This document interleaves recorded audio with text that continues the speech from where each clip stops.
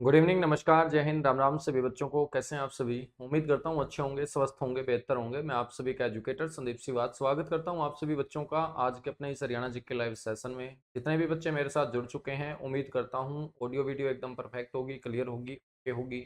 आप और आपका परिवार भी एकदम स्वस्थ होंगे, तंदुरुस्त होंगे और आप लोगों की एग्जाम की प्रिपरेशन बहुत अच्छे ढंग से आगे बढ़ रही होगी। मेरे बच्चों, पिछली क्लास में हम हरियाणा के इतिहास में पढ़ते पढ़ते आ चुके थे अहीरवाल साम्राज्य तक। उत्तर मुगल काल हम पढ़ रहे हैं और उत्तर मुगल काल में बंदा सिंह बहादुर के द्वारा मुगलों के ऊपर जो आक्रमण किया गया था वो तमाम बातें मैं आप लोगों को पहले ही क्लास में कवर करवा चुका हूं। और फिर हमने स्टार्ट किया था अहीरवाल साम्राज्य। अहीरवाल साम्राज्य में बच्चों हमने जो बातें की थी वो हम बातें कर रहे थे कि राव तेज सिंह जो एक अहीरवाल क्षेत्र को संभालने वाला व्यक्ति रहा, अहीर शासक रहा, इनकी 1823 के अंदर मृत्यु हो जाती है। और मृत्यु हो जाने के बाद राव तेज सिंह के तीन पुत्र, जिनमें एक का नाम था नथु सिंह, एक का नाम था जवाहर सिंह, एक का नाम था पूरण सिंह। पूरण सिंह के जो पुत्र थे उनका नाम है राव तुलाराम। क्या है बच्चों? राव तुलाराम। और नाथू सिंह के जो पुत्र थे उनका नाम है राव गोपाल। तो राव गोपाल और राव तुलाराम ही इस अहीरवाल क्षेत्र को आगे बढ़ाएंगे। जवाहर सिंह की कोई भी संतान नहीं थी। तो राव तेज सिंह के बाद हम पढ़ेंगे मेरे बच्चों राव तुलाराम और राव गोपाल।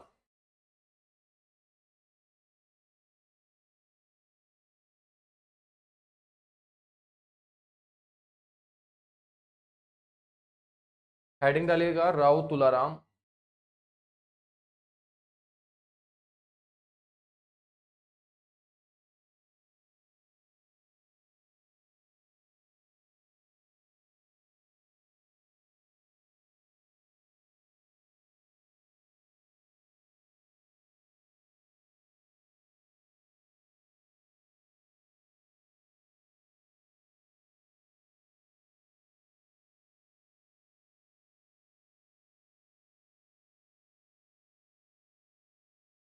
और राव गोपाल।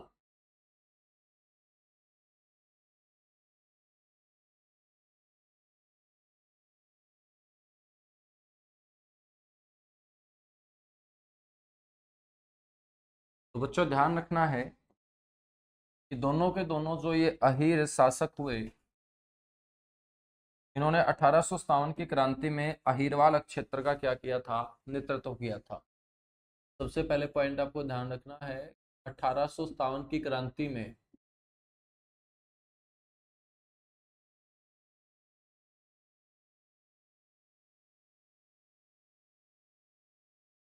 अहीरवाल क्षेत्र,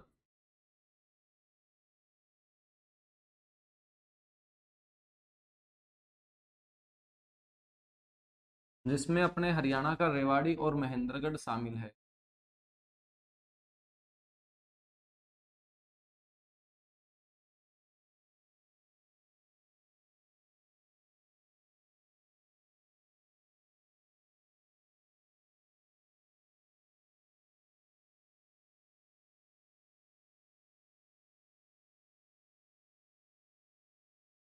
ये मेरे बच्चों नेतृत्व किया था।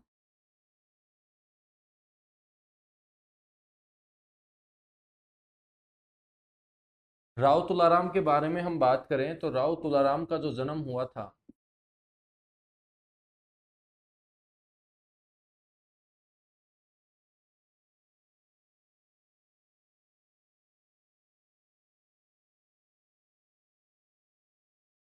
वो 9 दिसंबर 1825 को हुआ था।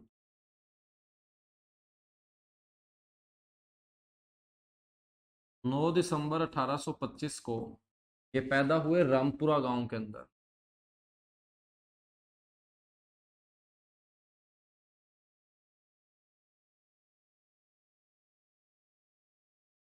और रामपुरा गांव है कौन से जिले? रेवाड़ी जिले का। 1857 की क्रांति के ये महान योद्धा हुए हैं। 1857 की क्रांति में यदि हरियाणा से किसी भी क्रांतिकारी का नाम सबसे पहले लिया जाता है तो वो राव तुलाराम का ही लिया जाता है। 1857 की क्रांति के ये महान योद्धा।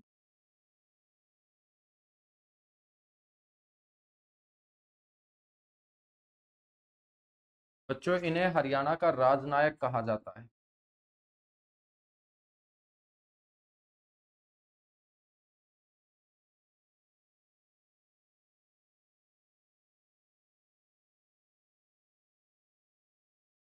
इन्हें हरियाणा का क्या कहा जाता है? राजनायक कहा जाता है। हरियाणा में 1857 की क्रांति की अंतिम लड़ाई लड़ने का श्रेय भी इन्हीं को जाता है। तो हरियाणा में 1857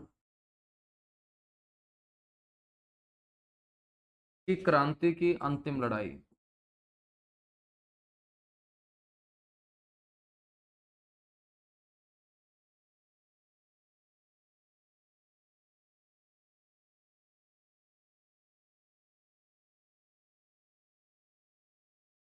और ये जो लड़ाई लड़ी जाती है मेरे बच्चों, ये लड़ी जाती है 16 नवंबर 1857 को।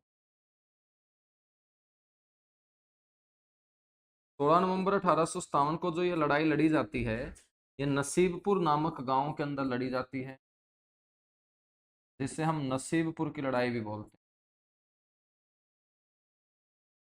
और नसीबपुर जो है ये आपके महेंद्रगढ़ जिले का हिस्सा है।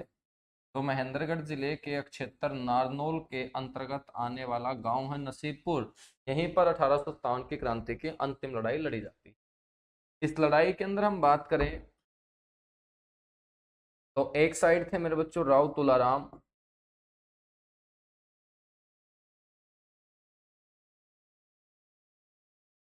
राव तुलाराम का चचेरा भाई जिसका नाम है राव गोपाल।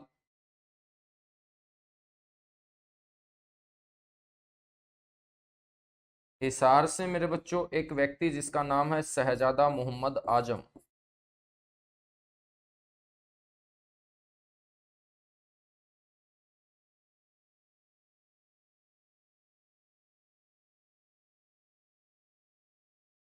शहजादा मोहम्मद आजम वर्सेस अंग्रेजों के बीच लड़ी गई थी, जिसमें एक अंग्रेज थे मेरे बच्चों कर्नल गेरार्ड।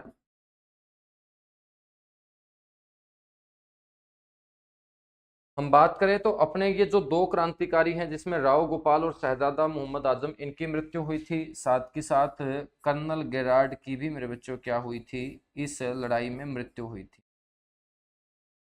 1857 की क्रांति में राव तुलाराम अकेले बच चुके थे, अपने सारे के सारे साथियों को खो चुके थे। तो इनके पास दो ऑप्शन थे, एक तो ये लड़ते लड़ते वीर गति को प्राप्त हो जाएं, और दूसरा ऑप्शन है कि जिस काम के लिए इन्होंने ये लड़ाई ये जंग शुरू की थी, अंग्रेजों को हरियाणा से बाहर निकालना, हरियाणा के साथ साथ भारत से बाहर निकालना, उसके लिए ये क्या करें कि दोबारा से अपनी सेना को मजबूत करें, और दोबारा से जब सेना मजबूत हो जाए तो अंग्रेजों के खिलाफ युद्ध मैदान में उस सेना को उतारने का काम करें। बताया जाता है कि राव तुलाराम के कुछ दोस्त मेरे बच्चों उन दिनों अफगानिस्तान के अंदर रहा करते थे, और ये अपने दोस्तों के पास सेना मांगने के उद्देश्य से गए थे। लेकिन वहां पर बच्चों इनको पानी नहीं पच पाता है, और पानी न पच पाने के कारण ये बीमार पड़ जाते हैं। लूज मोशन के कारण मेरे बच्चों इनकी क्या हो जाती है, मृत्यु हो जाती है। और इनकी जो मृत्यु हुई वो 23 सितंबर 1863 को हुई थी। तो ध्यान रखेंगे राव तुलाराम की जो मृत्यु है ये इंपॉर्टेंट है एग्जाम के दृष्टि।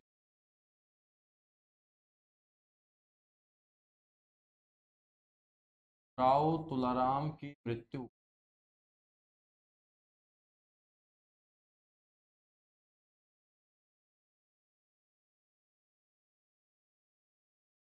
23 सितंबर 1800।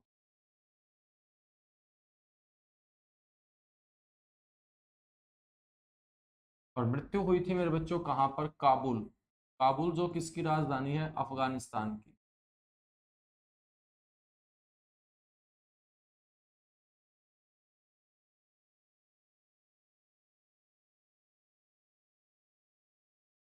ठीक है मेरे बच्चों, इन्हीं की मृत्यु के दिन,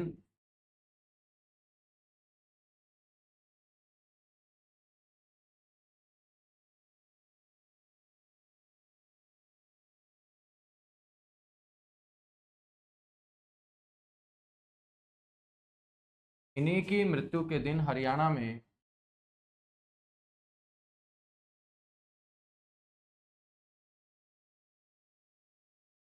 वीर शहीदी दिवस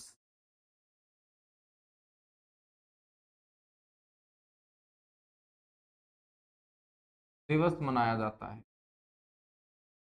ये भी बड़ा इंपॉर्टेंट है कि कौन सा महान क्रांतिकारी है जिनकी मृत्यु का दिन वीर शहीदी दिवस के रूप में मनाया जाता है? तो आप बोलेंगे वो राव तुलाराम की मृत्यु का दिन है, क्योंकि मृत्यु हुई थी 23 सितंबर के दिन। राव तुलाराम के बाद मेरे बच्चों हम बात करेंगे इनके जो छोटे भाई थे, राव तुलाराम के ही छोटे भाई, उन्होंने बच्चों गद्दी के ऊपर बैठकर अहीर शासन को आगे बढ़ाने का काम किया, जिसका नाम है राव किशन गोपाल।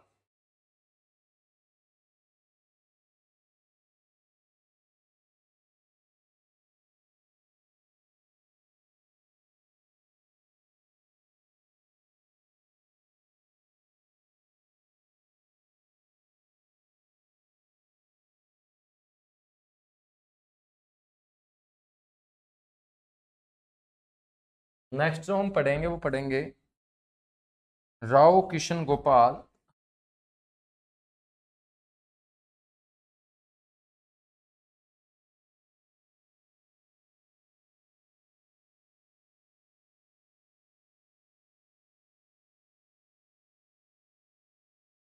राव किशन जो गोपाल है मेरे बच्चों, ये राव तुलाराम के छोटे भाई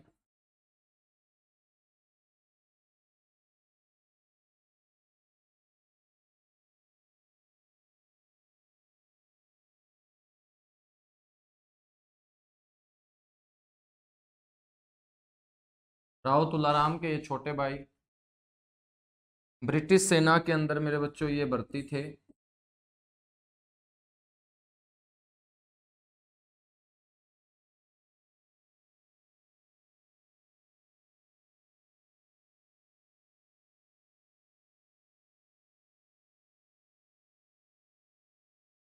और ब्रिटिश सेना में मेरे बच्चों ये कहाँ के कोतवाल थे? मेरठ के कोतवाल।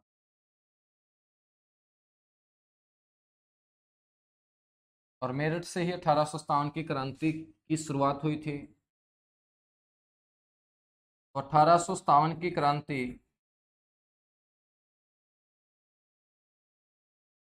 की शुरुआत करने वाले सैनिकों में मेरे बच्चों अपने हरियाणा से इस अहीर व्यक्ति का भी नाम आता है।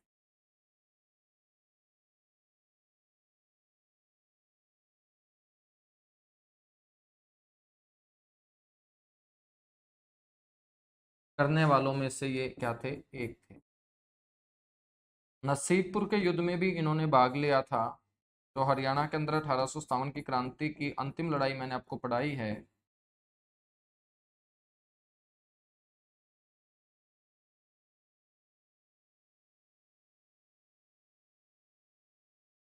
और नसीबपुर के युद्ध में मेरे बच्चों एक और अंग्रेज अधिकारी मारा गया था जिसका नाम है जनरल टीमले।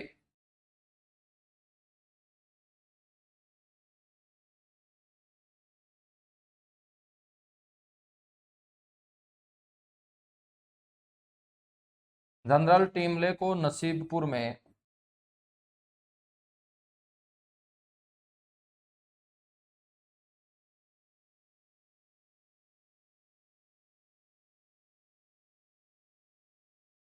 मौत के घाट उतारा गया था।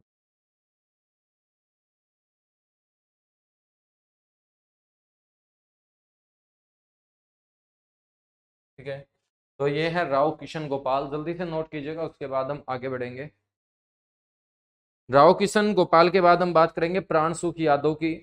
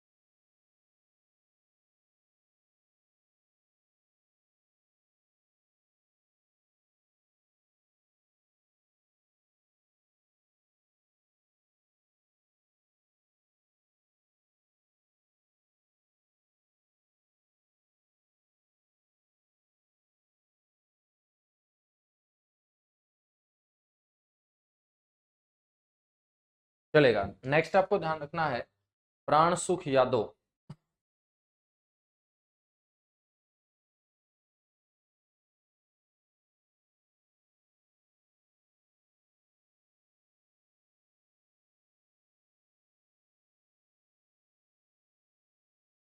प्राण सुख यादव।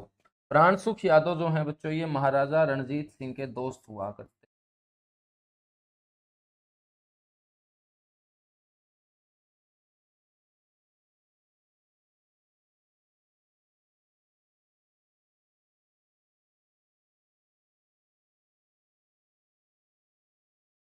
महाराजा रणजीत सिंह के ये क्या हुआ करते थे, दोस्त हुआ करते थे। ठीक है। उसके बाद हम बात करेंगे राव युधिष्ठिर।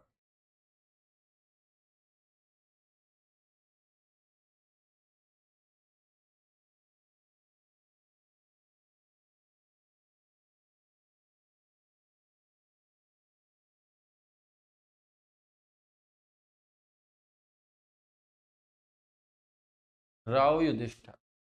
राव युधिष्ठिर के बारे में बात करें तो मेरे बच्चों ध्यान रखना है कि इनके बुलाने पर ही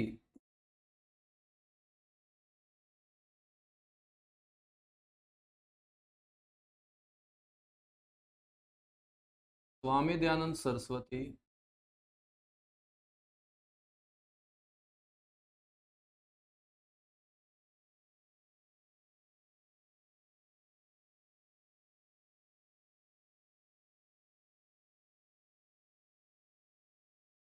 इनके बुलाने पर ही स्वामी दयानंद सरस्वती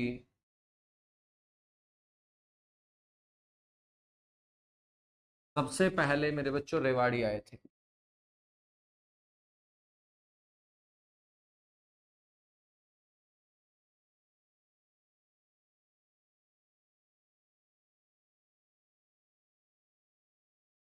और रेवाड़ी पहुंचते ही स्वामी दयानंद सरस्वती ने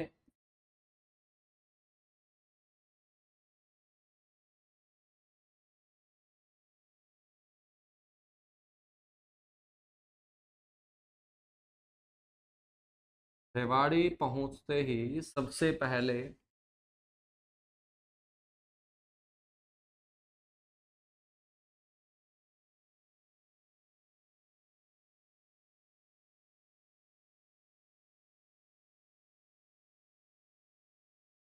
दयानंद सरस्वती ने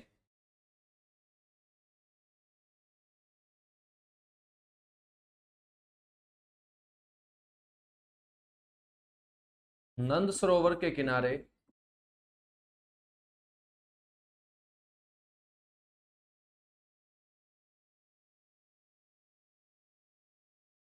गौशाला का उद्घाटन किया था बच्चों।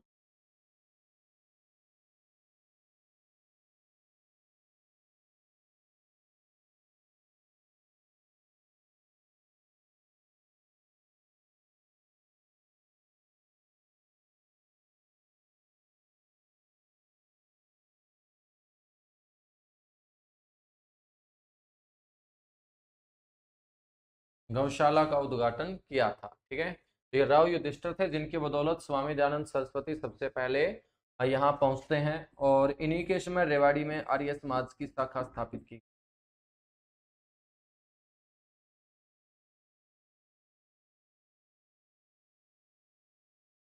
रेवाड़ी में 1880 में आर्य समाज की शाखा, और ये आर्य समाज की शाखा हरियाणा में पहली शाखा थी बच्चों।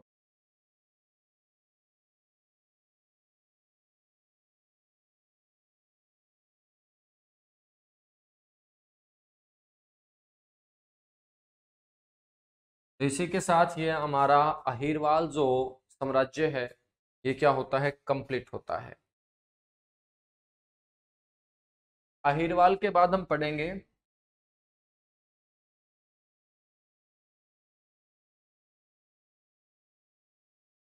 हरियाणा में मराठा शक्ति।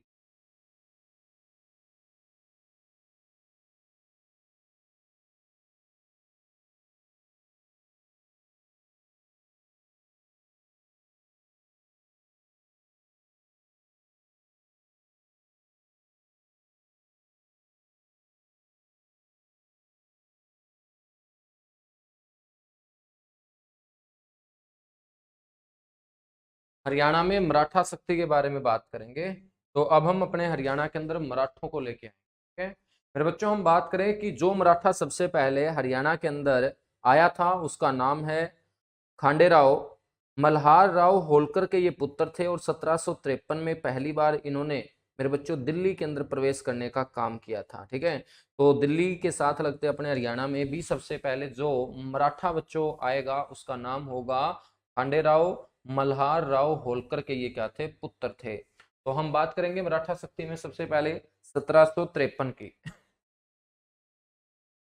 तो लिखिएगा 1753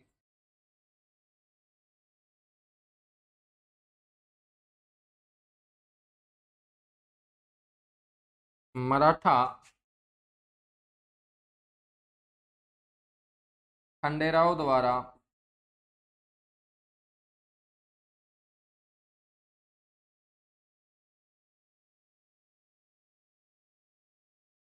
दिल्ली में प्रवेश।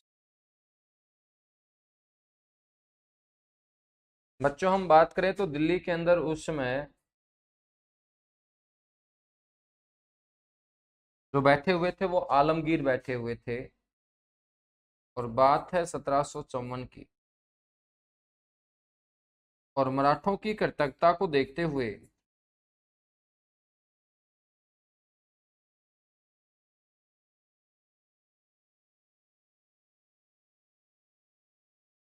मराठों की कृतज्ञता को देखते हुए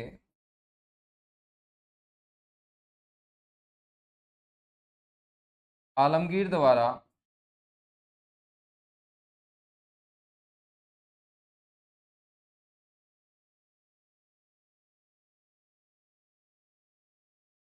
खंडेराव को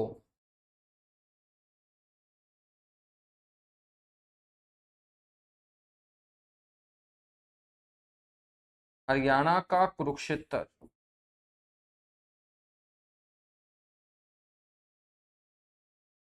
कुरुक्षेत्र सौंपा जाता है। तो आलमगीर मराठों को बोलते हैं कि आप हरियाणा के कुरुक्षेत्र में जाके आराम से रहना स्टार्ट करो, आपको कोई परेशान नहीं करेगा। मैं आपसे खुश होकर आपको हरियाणा का कुरुक्षेत्र वाला जो इलाका है वो देने का काम करता हूं। तो आलमगीर द्वारा खंडेराव को हरियाणा का कुरुक्षेत्र सबसे पहले दिया गया था बच्चे, सबसे पहले दिया गया था।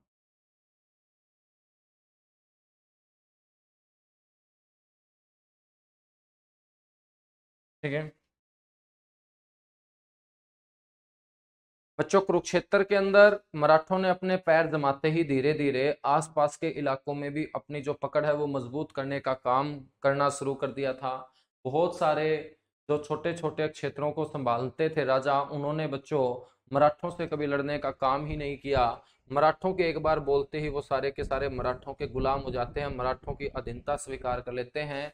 और देखते ही देखते 1756-57 के आसपास पूरे हरियाणा के ऊपर मराठों का क्या हो जाता है, अधिकार हो जाता है।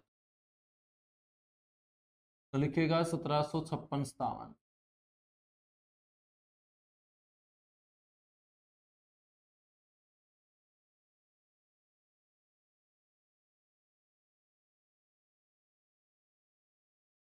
मराठों का संपूर्ण हरियाणा पर अधिकार।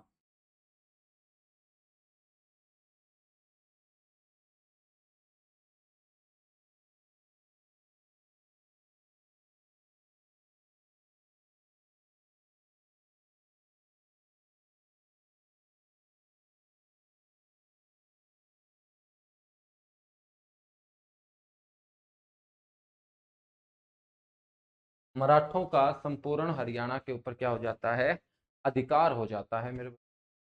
जब मराठों का संपूर्ण हरियाणा के ऊपर अधिकार हो जाता है तो मराठे जो दक्षिण भारत के एक बहुत बड़ी शक्ति थे, वो सिर्फ हरियाणा को जीतकर ही संतुष्ट होने वालों में से नहीं थे। हरियाणा उनको बिना लड़े ही मिल गया था, क्योंकि हरियाणा के अंदर जो क्षेत्रों को संभाल रहे थे वो कमजोर शासक थे। तो मराठों को कोई ज्यादा बच्चों एफर्ट प्रयास नहीं करना पड़ा, और हरियाणा को बहुत जल्दी वो अपनी गिरफ्त में ले लेते हैं। लेकिन जब उनका मन अकेले हरियाणा से नहीं भरा तो उन्होंने फिर पंजाब की तरफ निकलना उचित समझा। लेकिन ये उनकी बहुत बड़ी गलती थी, क्योंकि वो ये भूल जाते हैं कि पंजाब के अंदर उन दिनों एक बहुत शक्तिशाली अफगान जो हैं वो काम कर रहे थे। उनका नाम है मेरे बच्चों अहमद शाह अब्दाली, जो पंजाब के उन दिनों गवर्नर हुआ करते थे। और जब अहमद शाह अब्दाली को ये बात पता चलती है कि मराठों ने बहुत आसानी से हरियाणा को जीत लिया है और अब उनकी नजर पंजाब को जीतने की है, तो मेरे बच्चों अहमद शाह अब्दाली अपनी विशाल सेना लेके मराठों को अपने हरियाणा में ही रोकने के उद्देश्य से आएगा और पानीपत के अंदर दोनों के बीच घमासान युद्ध होगा। इसी को हम बोलते हैं पानीपत का तीसरा युद्ध। क्या बोलते हैं? पानीपत का तीसरा युद्ध बोलते हैं। ठीक है।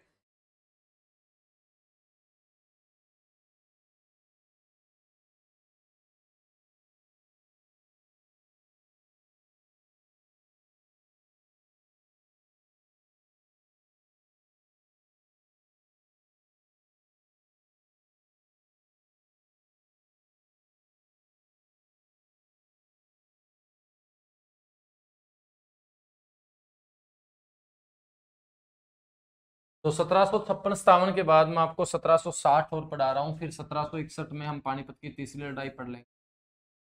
1760 में क्या हुआ था? 1760 में मराठों द्वारा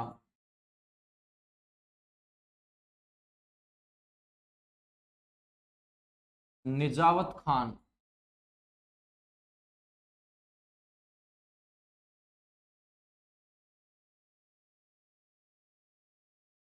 और अब्दुल समद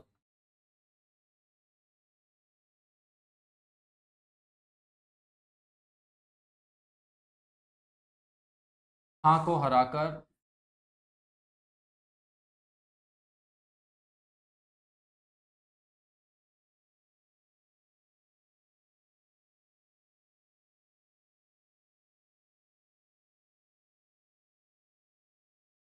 अब्दुल समद खां को हराकर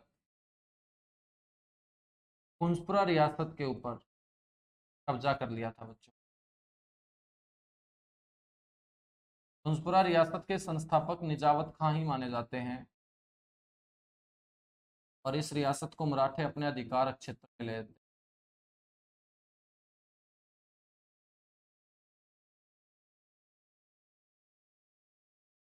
1760 के बाद हम बात करेंगे 1761 की। 1760 के बाद हम बात करेंगे 1761 की। और 1761 में भी मैं तारीख के साथ आपको बताता हूँ, 14 जनवरी 1761।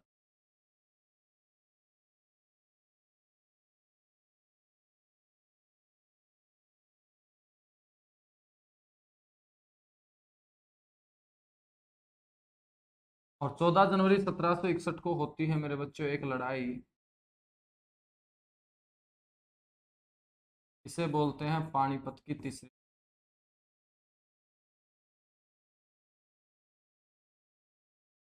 थर्ड बैटल ऑफ पानीपत इसे कहा जाता है। पानीपत की जो तीसरी लड़ाई हुई थी, ये हुई थी अफगान और मराठों के बीच।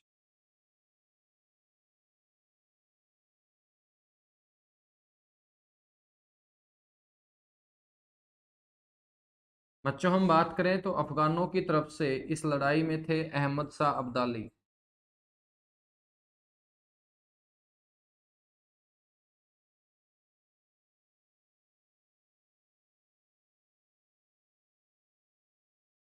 और मराठों की तरफ से इस लड़ाई में थे मराठा सदाशिवराव भाऊ।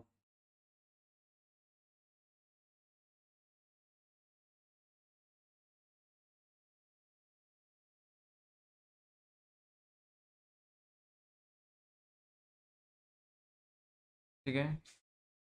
थोड़े से ही देर में बच्चों अहमद शाह अब्दाली की इस युद्ध में क्या हो जाती है? जीत हो जाती है। और बताया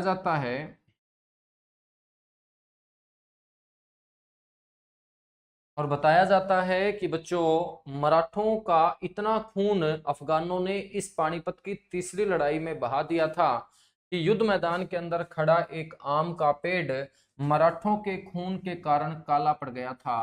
और इसी आम के पेड़ वाली जगह के ऊपर बच्चों अब एक पर्यटन स्थल घोषित किया गया है, उसे हम बोलते हैं काला अम्ब पर्यटन स्थल। काला अम्ब पर्यटन स्थल।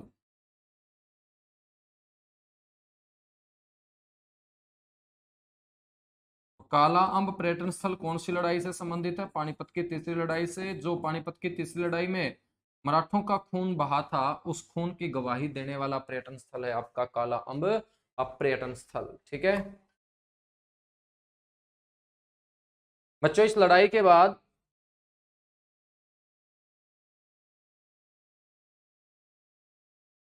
नजीबुद्दौला को अहमद शाह अब्दाली अपना सर्वसेवा नियुक्त कर देता है, मतलब सब कुछ मान लेता है। तो ध्यान रखेंगे, इस जीत के बाद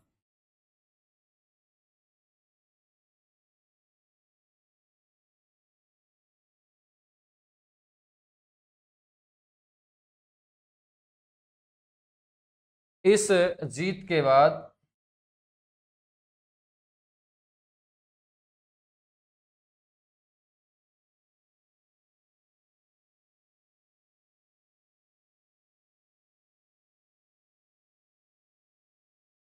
दिल्ली का मुखिया अब्दाली के द्वारा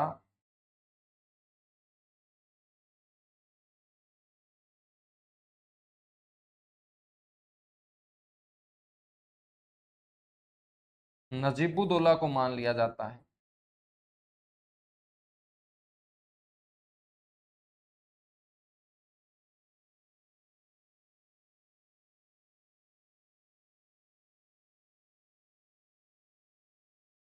मान लिया गया। और पानीपत से नीचे का क्षेत्र हरियाणा का बच्चों नजीबुद्दौला को सौंप दिया गया। जो मराठों के पास था, पानीपत से नीचे का क्षेत्र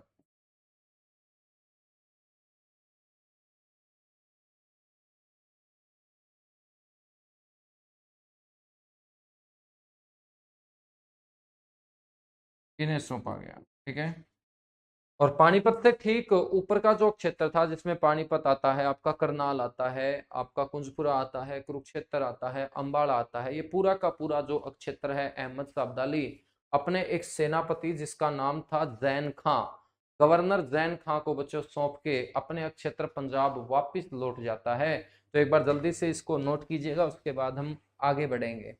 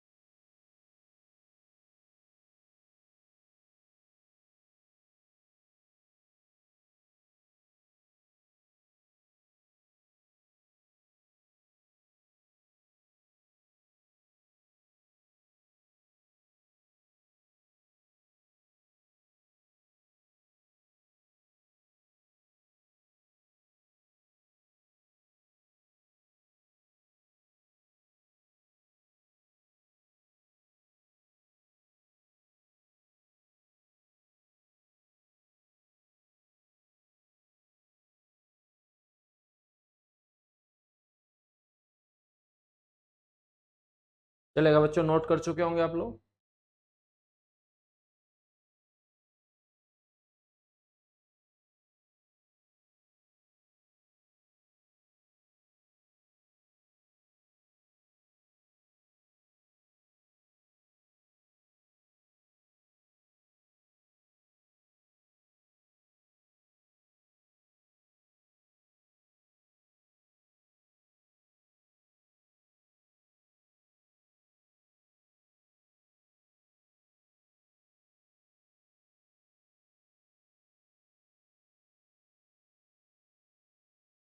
तो आपको ध्यान रखना है, पानीपत से ऊपर का जो क्षेत्र है,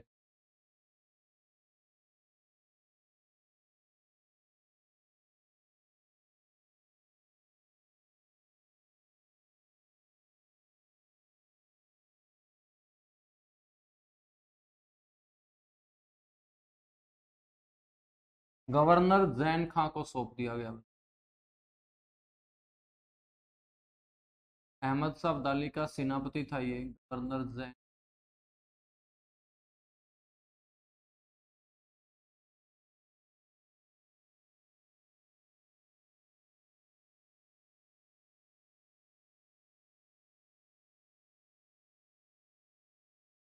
सौंप दिया गया।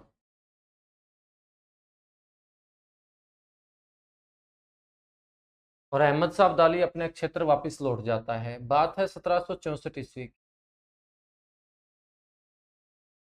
1764 ईस्वी में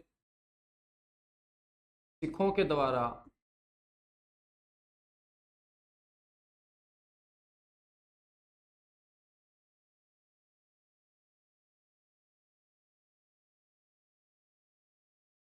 जैन खां के क्षेत्र में बच्चों आक्रमण किया जाता है।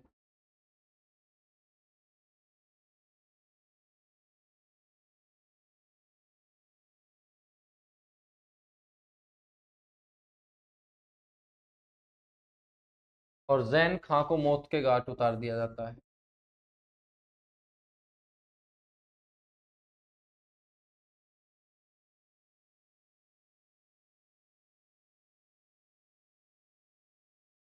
और इसी के साथ बच्चों जींद, पानीपत, अंबाला, कुरुक्षेत्र, इस सारे के सारे इलाके पर सिखों का अधिकार हो जाता है।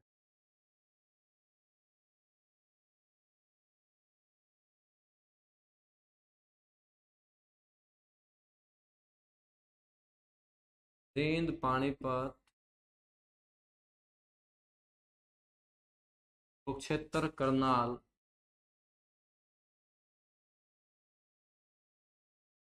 अंबाला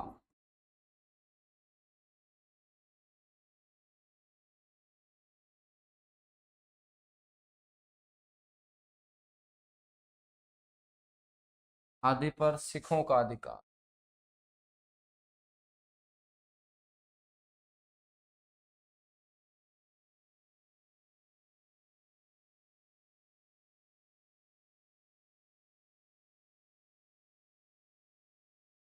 का अधिकार हो जाता है, सिखों का अधिकार हो जाता है। इस तरीके से मेरे बच्चों सिखों का अधिकार हुआ। ठीक है।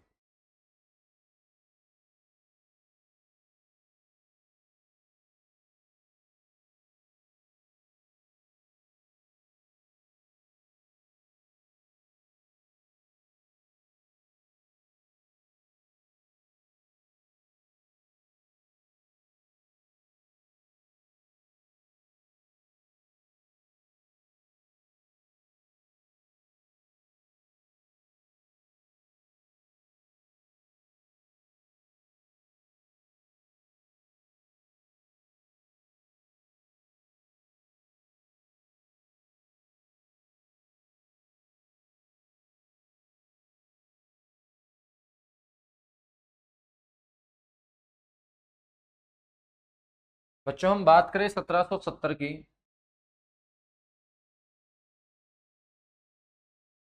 तो 1770 ईस्वी की बात है। 1770 ईस्वी में जो नजीबुद्दौला की हम बात कर रहे हैं, जो दिल्ली को संभाल रहा था, पानीपत के ठीक नीचे को क्षेत्र को संभाल रहा था, इस नजीबुद्दौला की बीमारी के चलते मृत्यु हो जाती है।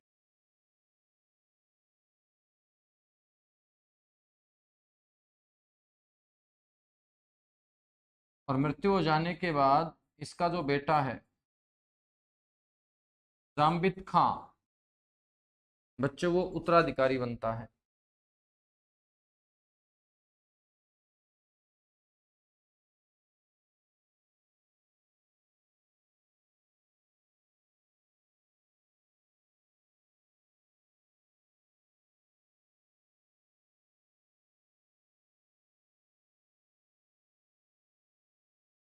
और नजीबुद्दौला का जो उत्तराधिकारी है बच्चों वो कौन बनता है? जाम्बित खां। और जाम्बित खां सिखों का विरोध नहीं करता। नजीबुद्दौला के जीते जी सिखों ने मेरे बच्चों उसके क्षेत्र में घुसने का काम नहीं किया। लेकिन जब सिखों को पता चलता है कि नजीबुद्दौला बीमार हो चुका है, बहुत ज्यादा समय ये नहीं निकालने वाला, और मेरे बच्चों इतने में 1770 में नजीबुद्दौला की मृत्यु भी हो जाती है, तो फिर सिखों ने नजीबुद्दौला का जो क्षेत्र है उसको हड़पना शुरू कर दिया था। और उसका उत्तराधिकारी जो उसका बेटा था जाबित खां, वो इतना सक्षम नहीं था, योग्य नहीं था, तो उन्होंने भी सिखों का विरोध नहीं किया। और इसके चलते 1772 तक, 1772 1772 ईस्वी तक सिखों के द्वारा बच्चों हरियाणा में लूटमार की जाती है।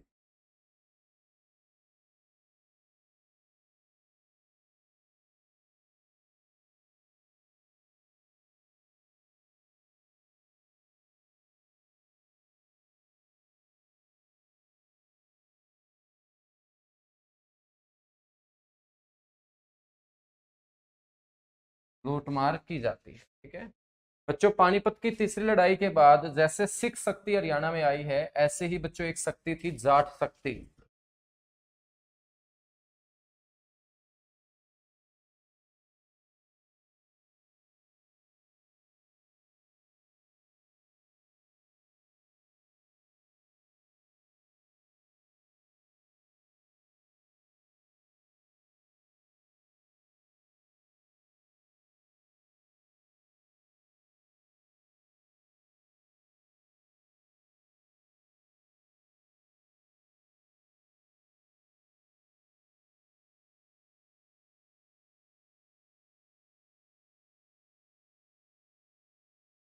हरियाणा में कौन सी शक्ति आई? जाट शक्ति आई।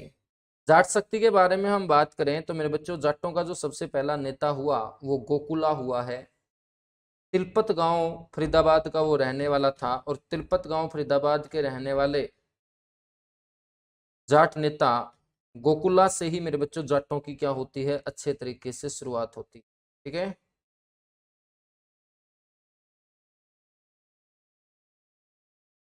तो ध्यान रखेंगे। प्रसिद्ध जाट नेता, सबसे पहला पॉइंट,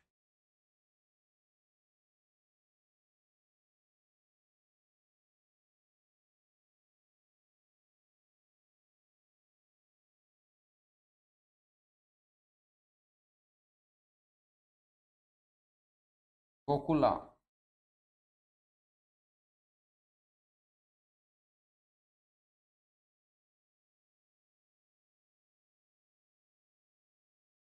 तिलपत गांव फरीदाबाद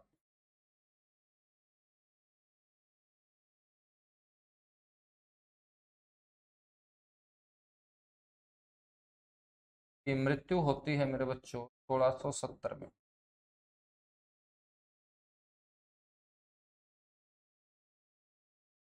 और मृत्यु से पहले वाला जो साल था 1669,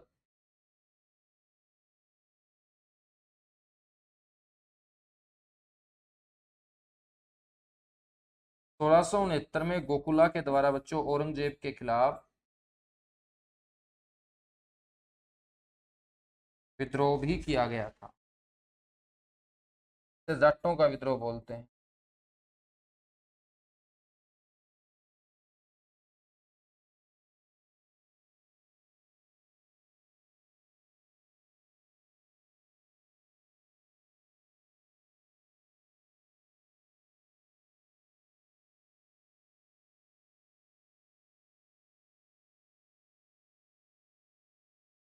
औरंगजेब के खिलाफ विद्रोह भी किया गया, ठीक है। इसके बाद हम बात करें तो गोकुला के बाद जो जाट राजा बनता है राजा राम।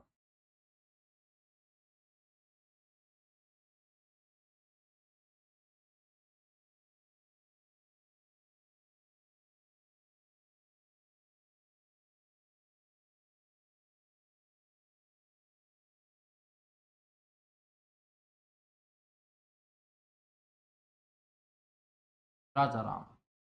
राजा राम ने बच्चों जो जाटों का राजा बनकर काम किया,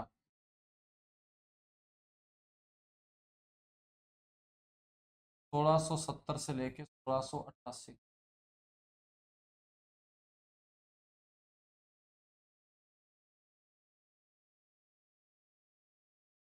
कार्य किया। इनकी मृत्यु के साथ ही इनका भतीजा चूड़ामन बच्चों क्या बनता है, जाटों का नेता बनता है।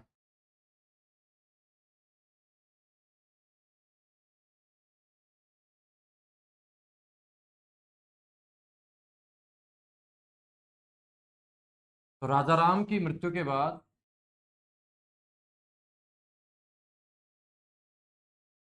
का भतीजा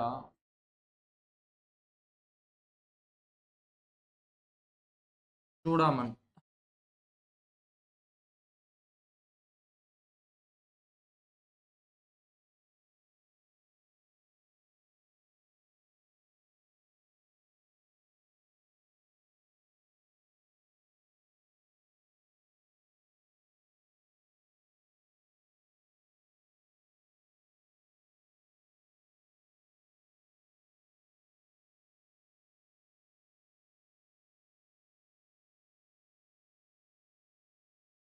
जाटों के नेता बने थे।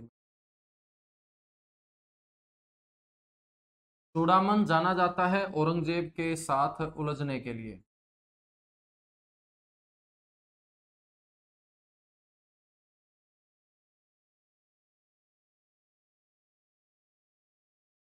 औरंगजेब का बच्चों हर काम का विद्रोह किया करता था चूड़ामन।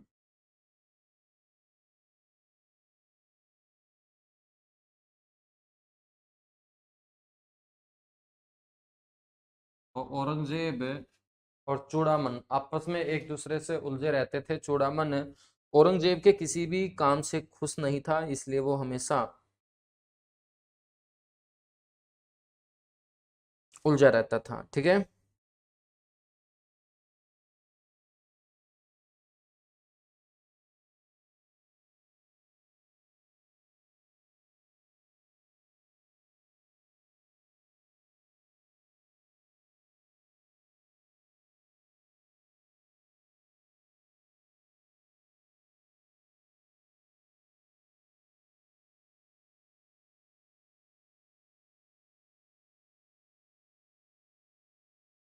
मेरे बच्चों राजा राम के बारे में एक क्वेश्चन आपको ध्यान रखना है।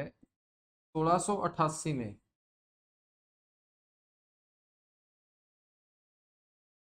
में ही बच्चों इन्होंने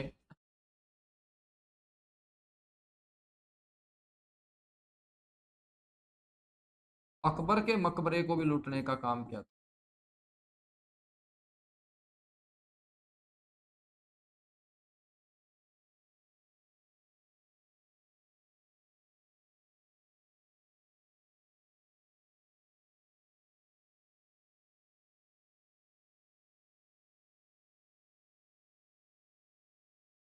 वो राजा राम था।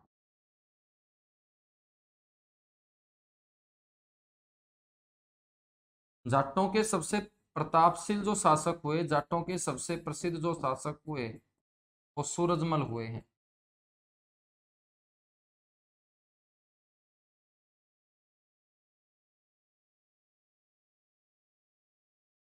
सूरजमल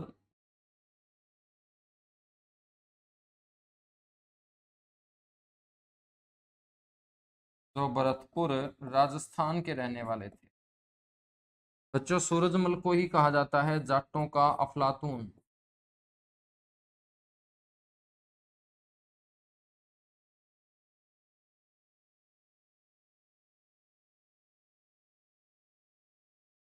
सूरजमल को जाटों का अफलातून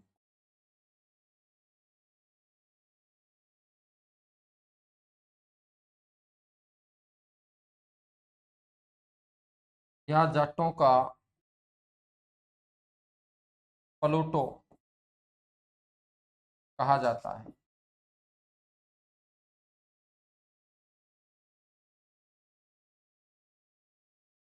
सूरजमल की जो शादी हुई थी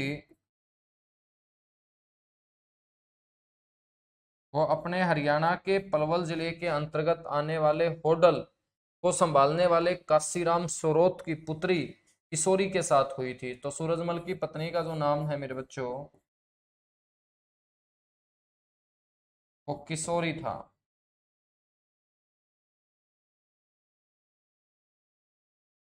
और किशोरी जो है वो कहाँ की रहने वाली, होडल पलवल।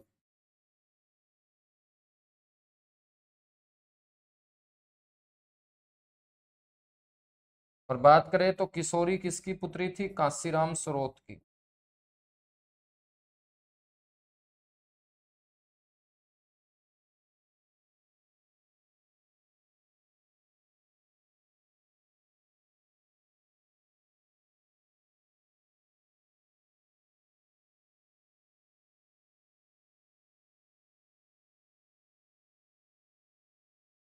ठीक है, तो आज के लिए इतना सा ही करेंगे, बाकी हम करेंगे नेक्स्ट क्लास में। और नेक्स्ट क्लास में मेरे बच्चों जाटों के बारे में पढ़ते हुए उसके बाद हम बात करेंगे ब्रिटिश ईस्ट इंडिया कंपनी की। ब्रिटिश ईस्ट इंडिया कंपनी की क्या करेंगे, बात करेंगे। ठीक है, तो अभी के लिए इतना सा ही।